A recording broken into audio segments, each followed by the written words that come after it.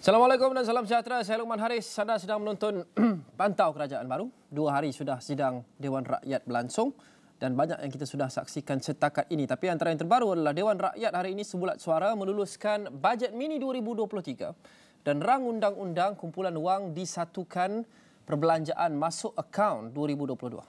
Keputusan itu diumumkan oleh Yang di-Pertua Dewan Rakyat yang baru, Datuk Johari Abdul, selepas tiada perbahasan bagi kedua-dua usul yang dibentangkan oleh Perdana Menteri, Datuk Seri Anwar Ibrahim. Anwar yang juga Menteri Keuangan membentangkan peruntukan khas untuk perbelanjaan perkhidmatan berjumlah 107 bilion ringgit, 718,676,650. Ahli Parlimen Tambun itu berkata bajet mini berkenaan merangkumi pembayaran gaji penjawat awam, utiliti dan biasiswa. Turut terkandung dalam bajet mini adalah bantuan kebajikan serta perkhidmatan pendidikan dan kesihatan. Ia akan mula berkuat kuasa pada 1 Januari depan sehinggalah bajet 2023 dibentang secara penuh dan diluluskan di Parlimen.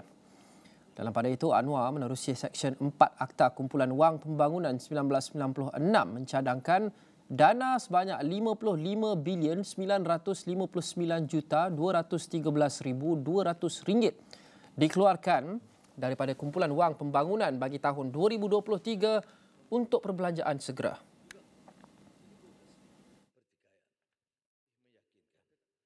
Dan pada masa yang sama, kerajaan akan meneruskan bayaran bantuan tunai rakyat 2023 fasa 1 dengan pembayaran diawalkan kepada Januari ini berbanding Mac sebelum ini. Perdana Menteri berkata pembayaran fasa 1 akan memanfaatkan hampir 9 juta penerima dengan peruntukan 2 bilion ringgit. Selain itu, kerajaan juga setuju untuk menyalurkan bantuan awal persekolahan sebanyak RM150 kepada semua murid tanpa mengambil kira had pendapatan ibu bapa. Saya ambil pertimbangan untuk menyegerakan kerana masalah pekebun kecil getah dan petani nelayan terutama Terengganu Kelantan yang terpaksa menanggung kesempitan akibat banjir. Maka jadual Mac itu akan diawalkan supaya mereka perolehi bantuan tunai ini bulan Januari. Jadi fasa ini akan memanfaatkan 9 juta penerima dengan peruntukan 2 bilion ringgit, RM300 bagi setiap isi rumah dan RM100 bagi yang masih bujang. Dan Datuk Seri Anwar Ibrahim juga berkata Blok Pembangkang perlu menerima hakikat dan memberi ruang kepada beliau untuk memikul tugas sebagai Perdana Menteri tanpa sebarang gangguan termasuk untuk mempertikaikan keabsahan. Ia susulan pendirian Pembangkang bahawa undi percaya mengenai keabsahan itu tidak perlu dikemukakan di dalam Dewan Rakyat. Jelas Perdana Menteri, keputusan mencadangkan usul percaya dikemukakan adalah kerana kenyataan Ahli Parlimen Paguh Tan Sri Muhyiddin Yassin yang sebelum ini mencabar keabsahan beliau. Itu yang menyebabkan saya, walaupun Menteri Jabatan Perdana Menteri Bahagian Undang dan juga Peguam Negara, malah Yang di-Pertuan Agong sendiri telah menyatakan tidak ada keperluan kerana kenyataan majoriti itu jelas. Tapi saya memilih untuk tidak hanya melihat dari segi keperluan undang-undang atau perlembagaan, tetapi moral legitimacy supaya kita dapat perintah. Dan seperti mana disebut oleh Titi Wangsa, kita ada ruang untuk menumpukan perhatian setelah ada kestabilan politik, ada keabsahan, menumpukan perhatian untuk menjana pertumbuhan ekonomi yang lebih meyakinkan.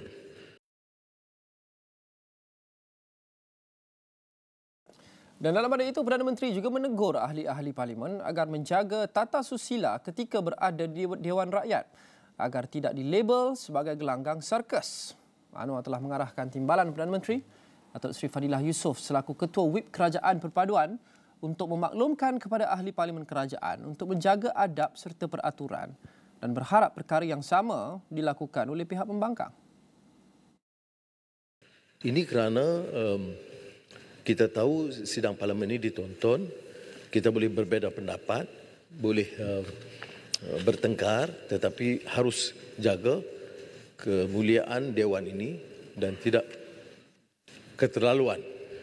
Kerana ini akan tertawakan oleh rakyat dan melihat seluruh dewan ini menjadi gelanggang seperti mana disebut dalam sosial media sirkus. Jadi ini saya serah kepada bijaksanaan Yang Dipertua, tapi saya bagi jaminan kita akan beri sokongan penuh kalaupun tindakan itu perlu dikenakan ke atas ahli-ahli yang berhormat daripada pihak Kerajaan Perpaduan. Baik, itu antara cabarannya. 2 hari Dewan Rakyat sudah bersidang. Apa lagi cabaran yang kita lihat setakat ini pada hari-hari pertama ini untuk kita memastikan Parlimen ini kekal dengan dekorum yang bagus, tapi pada masa yang sama kekal seimbang dalam timbang taranya dan juga kekal efektif untuk memastikan semua yang penting kepada rakyat dan negara dapat dilaksanakan. Saya mahu berbincang bersama Profesor Wong Chin Huat, Saintis Politik Sunway University. Prof, selamat tengah hari. Pertama sekali, hari-hari awal sidang Dewan Rakyat, sidang Parlimen ini, apa pembacaan dan analisis, Prof?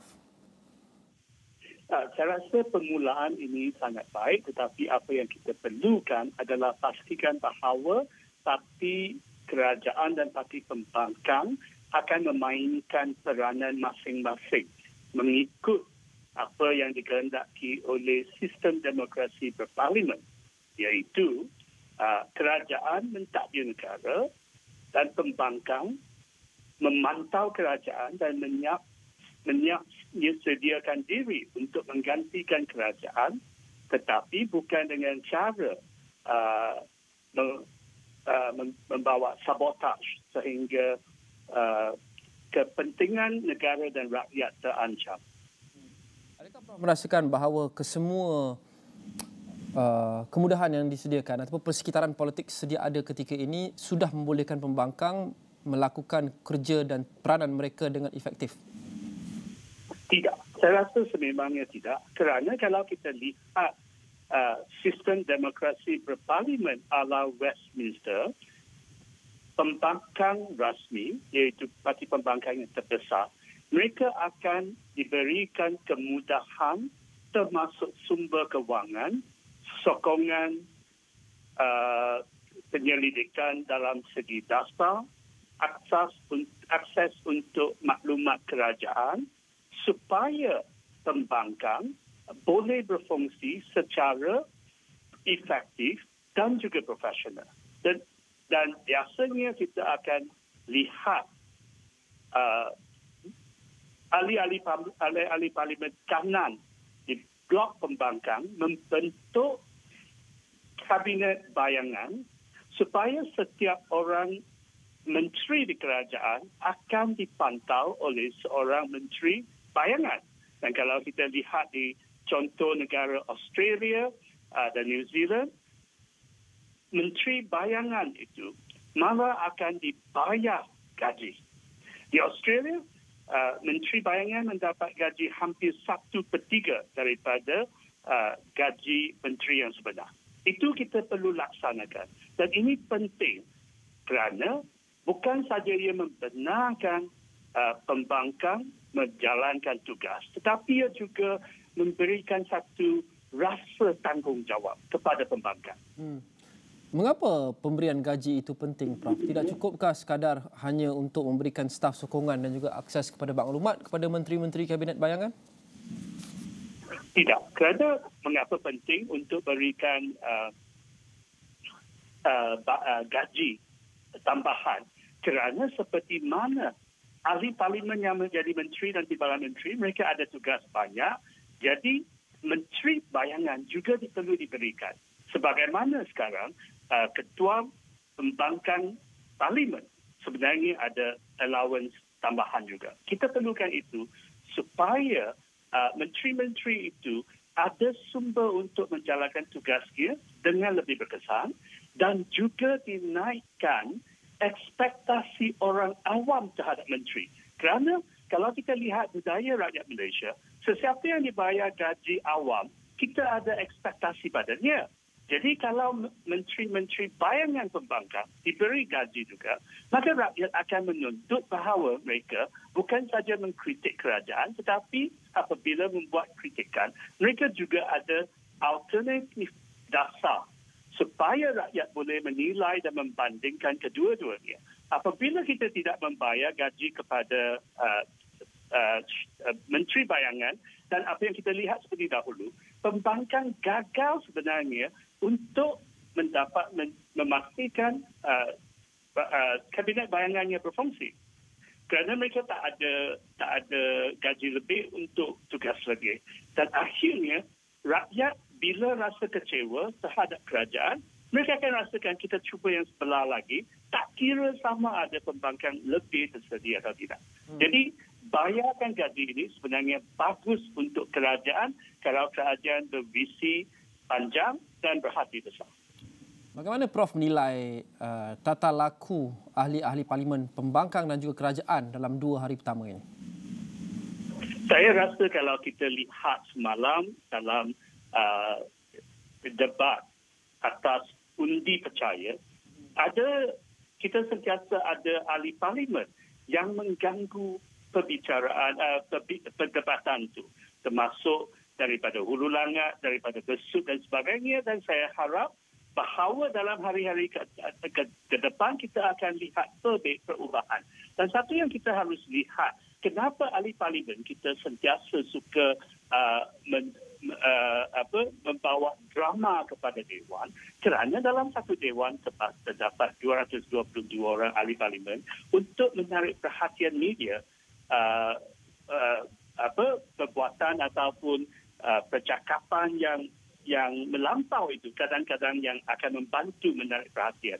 Tetapi kalau parlimen kita disiap sediakan dengan pelbagai jawatan kuasa yang memantau kementerian kita, maka interaksi antara ahli-ahli parlimen, sungguhpun daripada kedua-dua pihak kerajaan dan pembangkang, hubungan mereka akan menjadi lebih harmoni. Kerana kalau dalam satu jawatan kuasa kita cuma ada 7-9 orang ahli, kan, tak akan kita nak hari-hari cari pasal untuk lawan sesama sendiri. Maka hubungan akan menjadi lebih harmoni. Tetapi sekarang kita lihat dalam Dewan, bukan saja sekarang, tetapi kemudian dalam rang undang-undang, debat rang undang-undang dan sebagainya, kita akan lihat perkara yang sama muncul lagi.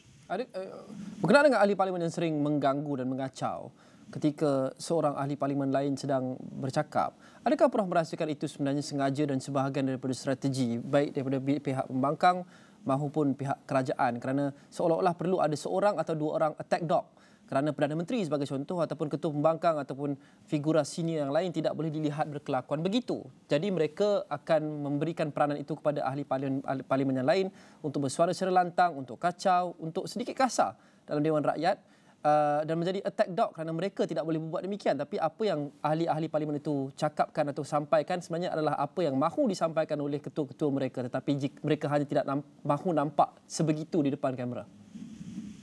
Ya, ini sebahagian daripada perhitungan politik kerana parti-parti rasakan bahawa perbuatan ataupun percakapan yang melampau itu sebenarnya membantu, cuma tidak ingin dikaitkan dengan pemimpin-pemimpin kanan. Tetapi kalau rakyat sebenarnya ke atas ahli-ahli parlimen kita, maka tak kira siapa yang buat, parti ataupun gabungan mereka akan dikecam. Ini seperti mana kalau kita lihat di gelanggang bola sepak. Sememangnya sentiasa ada setengah-setengah pasukan itu, ada sebilangan ahli bola sepak yang suka melanggar peraturan. Dan mereka berbuat demikian kerana rasakan lebih baik melanggar peraturan dan menang daripada mengikut peraturan dan kalah. Tetapi kalau dalam peraturan itu diketatkan, pengadilan itu dilakukan secara berkesan, maka strategi sedemikian tidak akan membawa untung dalam jangka yang lebih panjang. Ya. Dan Prof mencadangkan penubuhan jawatan kuasa pilihan khas Parlimen JPKP ini walaupun ada meritnya, dan Prof mengatakan bahawa ia mungkin akan menghadkan kepanasan dalam sidang Dewan Rakyat sekiranya belakang-belakang di dalam jawatan kuasa ini segala permasalahan ataupun perselisihan faham boleh dibincangkan terlebih dahulu dan kompromi mungkin boleh dicapai. Tapi adakah itu 100% realistik, Prof? Kerana ada ahli-ahli parlimen ini, mereka berkelakuan demikian dalam Dewan Rakyat kerana kamera ada. mungkin mereka ingin menunjukkan kepada penyokong-penyokong mereka, ya saya lawan pihak musuh. Dan sebenarnya jika tidak ada kamera disasarkan kepada mereka, ditujukan kepada mereka, mereka jauh lebih diplomatik. Tapi kerana ada kamera, mereka berkelakuan begitu kerana mereka ingin menunjukkan bahawa mereka tolong, mereka memperjuangkan ideologi parti masing-masing dan juga apa yang penyokong masing-masing mungkin mahukan. Ya, sememangnya ini soalan yang sangat bagus. Kalau kita ada jawatan kuasa pilihan khas Parlimen, JPKP, tidak cukup untuk JPKP ini bermesuarat membincangkan rang undang-undang, belanjawan dan sebagainya. Apa yang penting adalah mesyuarat JPKP ini juga harus disiarkan di bawah kamera. Sungguh pun perbincangan itu akan lebih bosan kadang-kadang kerana sifat taktikalnya. Tetapi apabila dia disiarkan, maka ahli-ahli parlimen itu tahu bahawa percakapan pembawaan mereka akan dipantau dan tinggalkan rekod. Dan ia kalau katakan parti-parti ahli-ahli parlimen ini telah pun mencapai persetujuan dari peringkat JPKP, tetapi bila sampai ke Dewan mereka nak cari pasal lagi, maka rakyat akan tahu siapa yang cari pasal. Hari ini, debat kita ini selalu menjadi drama ataupun sarkas kerana isu yang rumit itu tidak dapat difahami oleh rakyat dan apa yang kita lihat adalah perbuatan menikam lidah secara umumnya dan rakyat tak dapat bezakan siapa yang betul atau siapa yang salah. Kalau kita rang undang-undang ini telah melalui peringkat JPKP, lain ceritanya. Kerana isu yang rumit telah pun diselesaikan, akan tinggal beberapa isu besar yang perlu ditentukan dan suka tak suka, kualiti pendebatan di Parlimen akan dipertingkatkan. Ya, mungkin semua mesyuarat jawatan kuasa ini perlu disiarkan secara langsung seperti yang Prof sebut sebentar tadi. Mungkin bosan tapi ia perlu atas semangat ketelusan kerana di negara-negara luar seperti Amerika Syarikat kita ada saluran-saluran seperti C-SPAN yang khas untuk membawakan semua prosiding yang berlaku berkaitan dengan kerajaan. Itu dan banyak lagi kita boleh bincangkan Prof selepas ini. Kita perlu berhenti rehat seketika. Kita akan kembali selepas ini dengan Profesor Wong Chin Huat, saintis politik Sunway University.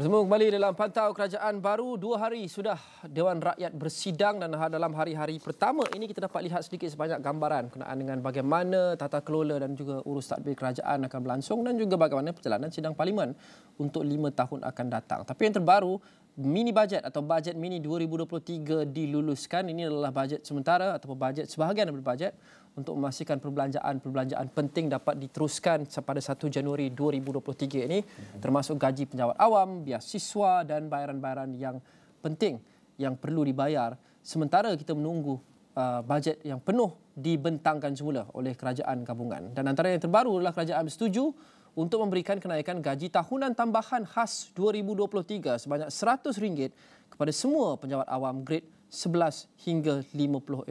Ini yang berlaku setelah tadi.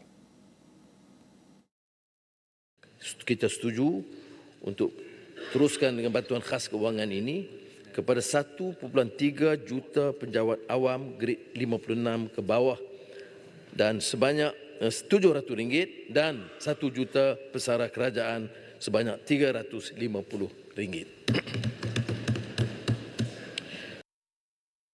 Dan kerajaan juga akan mengimport sekurang-kurangnya 2 hingga 10 juta biji telur sehari bermula Khamis ini untuk menampung keperluan dan permintaan pasaran tempatan. Perdana Menteri berkata kelulusan pengimportan itu adalah agar rakyat tidak terlalu terbeban dengan kenaikan harga barang selain memastikan bekalan makanan yang mencukupi. Anwar ketika membentangkan usul rang undang-undang kumpulan wang disatukan perbelanjaan wang masuk 2022 bagi bacaan kali kedua di Dewan Rakyat. Berkata demikian sebentar tadi. 100,000 biji telur dan mulai 22 Disember 2 hingga 10 juta biji telur sehari akan dibawa masuk sehingga keadaan stabil dan keupayaan pengeluaran tempatan terjamin. Baik, saya mau kembali bersama dengan Prof. Wong Chin Huat, saintis politik Sunway University. Prof, sebentar tadi kita berbincangkan berkenaan dengan perjalanan sidang Dewan Rakyat untuk 2 hari pertama ini dan apa cabaran-cabaran yang kita jangka. Adakah mungkin mengejutkan Prof bahawa bajet mini ini lulus tanpa sebarang bahas sebentar tadi melihat kepada bagaimana kecoh dan riuhnya usul undi percaya semalam sewaktu hari pertama? Dia berbeza kerana tidak ada ahli parlimen ataupun parti yang dilihat bahawa mereka menghalang kelulusan belanjawan mini ini sampai penjawat kerajaan, penerima beasiswa tidak dapat menerima apa yang mereka perlu. Jadi ini adalah satu ketakutan dan kebimbangan dari mereka. Mereka tidak mahu menjadi the bad guy yang menjadi penghalang kepada semua bayaran penting ini dilakukan. Baik, satu lagi cabaran dan juga sebenarnya beberapa lagi cabaran dan Prof ada juga berkongsikan sebelum ini beberapa cabaran yang Prof jangkakan dalam hari-hari akan mendatang dalam sidang Dewan Rakyat kali ini mesyuarat pertama dan juga sidang-sidang yang seterusnya. Apa lagi yang Prof jangkakan menjadi cabaran dalam memastikan institusi ini ada dekorum tetapi kekal efektif dan seimbang dengan seimbang yang kukuh? Ya, saya rasa apa yang akan timbul bukan dalam kali ini tetapi dalam sidang yang akan datang dan malah di antara sidang parlimen ialah keadaan di mana menteri terutamanya mereka yang orang baru kurang pengalaman akan dikritik oleh mantan-mantan menteri di blok belakang kerajaan. Government backbenchers yang menjadi pernah menjadi menteri itu sesuatu yang rumlah kalau kita lihat bagaimana parlimen yang bersejarah berfungsi itu memang akan berlaku. Tetapi di Malaysia kerana kita baru ada pengalaman kerajaan campuran, ini yang ketiga, maka kritikan daripada government backbenchers kepada menteri mungkin akan disalah taksir sebagai sabotaj. Ini menjadi masalah kerana kemudian ia akan dilihat bahawa kerajaan ini tidak stabil dan sebaliknya akan yang ada menyeru bahawa ahli parlimen menutup mulut mereka sahaja. Ini seterusnya akan membawa kepada ketidakpuasan rakyat kerana ahli government backbenchers ini semua menjadi yang pendiam. Jadi untuk mengatasi masalah ini seperti yang saya kata, satu caranya adalah dengan mewujudkan jawatan kuasa pilihan khas parlimen supaya mantan menteri mereka boleh memainkan peranan masing-masing melalui jawatan-jawatan kuasa ini. Dan saya juga sarankan bahawa jawatan-jawatan kuasa ini diberi sokongan penyelidikan dasar yang secukupnya dan juga gaji kepada pengerusi dan timbalan pengerusi JPKP. Ya. Ini penting kerana kita nak pastikan mereka buat kerja dan untuk kerajaan, bahagian kerajaan, mungkin perlu diadakan satu panduan supaya atas interaksi government backbenchers dengan menteri. Menteri mesti sedia bahawa dia akan dikritik oleh ahli parlimen. Sungguh pun mereka kedua-dua dalam blok kerajaan. Tapi berkenaan dengan kemungkinan backbenchers kerajaan akan mengkritik ahli-ahli parlimen baru dalam kerajaan maupun menteri-menteri baru ini. Prof, bukankah sudah ada perjanjian persefahaman atau memorandum persefahaman kerajaan paduan yang terkandung dalamnya antara lain Majlis Rundingan dan Timbang Tara yang mengatakan sekiranya ada sebarang perselisihan faham, disagreement akan dibincangkan dan akan dirunding di peringkat dalaman terlebih dahulu untuk memastikan tidak akan ada berlaku kekecohan di ruang awam. Ya, itu yang sebenarnya kita perlu bezakan. Pertama, Majlis Rundingan dan Timbang Tara itu adalah untuk menyelesaikan perbezaan yang besar. Tetapi kalau ia menjadi satu alat untuk mengharmonikan segala kritikan, maka parlimen akan hilang peranannya ataupun sekurang-kurangnya government backbenchers hirang pelangannya, dan ini sebenarnya akan membantu pembangkang kerana pembangkang yang akan nampak sebagai pejuang suara rakyat. Apa yang kita perlu sebenarnya adalah interaksi yang sehat, yang profesional antara menteri dan timbalan menteri di satu pihak dan pembangkang, government backbenchers di pihak yang lain. Jadi apa yang Majlis Rundingan dan Timbang Tara boleh lakukan adalah sediakan satu garis panduan untuk kedua-dua pihak ini supaya mereka tetap berfungsi dengan baik di Parlimen. Dan saya rasa kerajaan campuran ini harus ingat bahawa ia tidak harus kembali kepada jalan lama di mana kerajaan mempunyai majoriti dan government backbenchers menjadi pak turut. Itu tidak harus berlaku. Kita perlukan satu parlimen yang sangat aktif, yang efisien, yang profesional supaya suara rakyat dapat ditunjukkan. Alam sekitar indah berseri. Kalau binasa, kita akan kesal. Ahli Parlimen pantau menteri jangan dianggap cari pasal. Baik, terima kasih Profesor Wong Chin Huat, saintis politik Sunway University, dan sudah tentu kami akan terus memantau hari-hari yang akan datang sidang Dewan Rakyat. Mesyuarat pertama penggal pertama Parlimen ke-15 dan juga secara keseluruhannya memantau kerajaan baru ini. Apa cabaran-cabaran yang mereka depani dan yang lebih penting, apa solusi dan langkah yang akan mereka ambil di sebalik mungkin perbezaan pendapat atau ideologi atau identiti parti di dalam itu untuk memastikan penyelesaian yang terbaik demi rakyat dapat dilaksanakan di sebalik segala cabaran yang kita sedang dan juga akan hadapi. Khasnya bermula tahun depan di mana cabaran ekonomi dijangka akan begitu getir kerana dunia dijangka akan mengalami recession atau kemelesetan ekonomi. Terima kasih kepada Prof. Wong Chin Huat. Terima kasih kepada anda dalam pantau kerajaan baru. Kita akan terus memantau bukan sahaja di saluran 501 tapi anda juga boleh ikuti di saluran di laman web kami astroawani.com dan juga semua platform media sosial kami. Terima kasih kerana menonton. Saya Luqman Haris. Assalamualaikum dan salam hormat.